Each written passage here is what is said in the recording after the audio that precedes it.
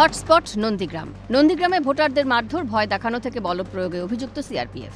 এমনই অভিযোগ আসছে সামনে। মঙ্গলবার শুভেন্দু অধিকারীর বিধানসভা এলাকায় বেশ কিছু গণ্ডগোলের ঘটনা ঘটে। বিনা প্ররোচনায় সাধারণ মানুষকে আঘাত করছে কেন্দ্রীয় বাহিনী। ভোটের আগেই নন্দীগ্রামে অশান্তির সৃষ্টি করছে সিআরপিএফ, দাবি করে নির্বাচন কমিশনের কাছে অভিযোগ তৃণমূলের। এই কাজ কেবল অনৈতিক নয়, এটা আইন বিরোধী। ভোট যাতে শান্তিপূর্ণভাবে এবং নির্বিঘ্নে মেটে, সেই দায়িত্ব যাদের ঘাড়ে, তাদের এহেন কাজ বাঞ্ছনীয় নয় বলেই সরব তৃণমূল।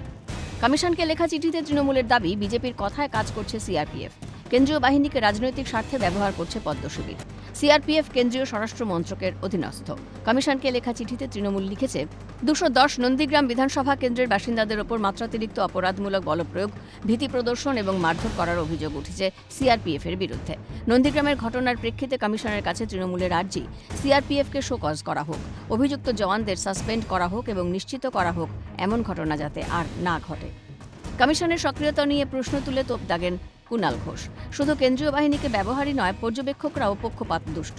বিজেপির দলদাসের মতো আচরণ করছেন তারা। কমিশনকে নিশানা বেলেঘাটা কেন্দ্রের তৃণমূল প্রার্থী কুণাল ঘোষের। কমিশন যত দিন যাচ্ছে নোক দাঁত বার করছে, তাদের অবজারভাররা যাদের পাঠিয়েছেন তারা চূড়ান্ত পক্ষপাতদুষ্ট। বিজেপির হয়ে দলদাসের মতো কেউ কেউ আচরণ করছেন। যারা প্রতিবাদ করছেন তাদের সরিয়ে দেওয়া হচ্ছে, অপমান করা হচ্ছে। রাস্তায় সেনা, আধা সেনা, সাঁজোয়া গাড়ি নামিয়ে দিয়েছে।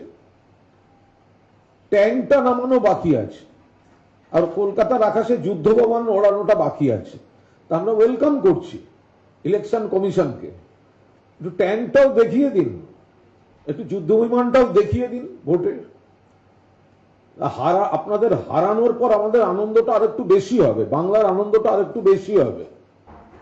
এটা ভোটের নামে করছে কি এরা? প্রসঙ্গত, ২১-এর ভোটে নন্দীগ্রামে তৃণমূলের হয়ে লড়েছিলেন মমতা বন্দ্যোপাধ্যায়। তবে ১৯৫৬ ভোটে হেরে গিয়েছিলেন শুভেন্দুর কাছে। পরে ভবানীপুর থেকে লড়ে জিতেছিলেন মমতা। এবারের ভোটেও মমতা শুভেন্দু দ্বৈরথ দেখার অপেক্ষায় রাজ্যবাসী। তবে এবার নন্দীগ্রাম নয়, লড়াই হবে ভবানীপুরে।